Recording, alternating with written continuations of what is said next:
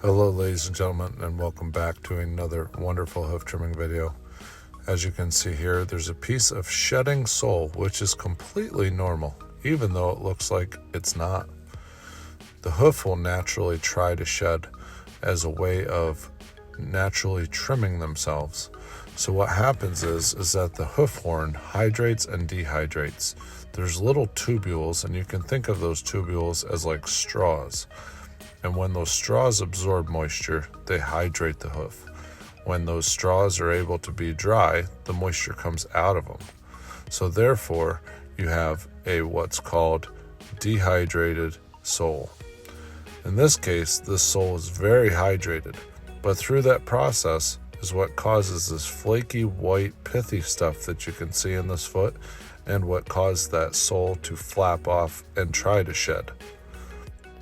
When we are trimming these hooves, what we are looking for is the epithelial sole, which is that pith, that white powdery stuff. When we trim, we remove that because the hoof is naturally trying to shed that. So all we're doing as a hoof trimmer is helping that animal shed her hoof back to a normal structure. The animal's anatomy totally determines where that hoof is to be shed. The hoof will always shed away from the pedal bone in a parallel direction. So where the pith is shedding tells you where the pedal bone is balanced. The pedal bone is the last bone of her foot that takes all of her weight and is able to balance on it. When we're doing this, we're simply looking for any of that loose, disconnected, or pith. The sole contains a natural gradient, which is where you see the toes are not necessarily perfectly flat across, but almost tipped in a little bit.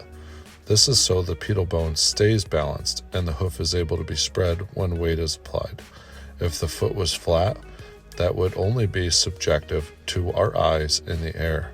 It is not fair to the cow, knowing she's going to be putting many, many, many pounds of weight on it. I hope you guys have learned something in this video, and have a wonderful day.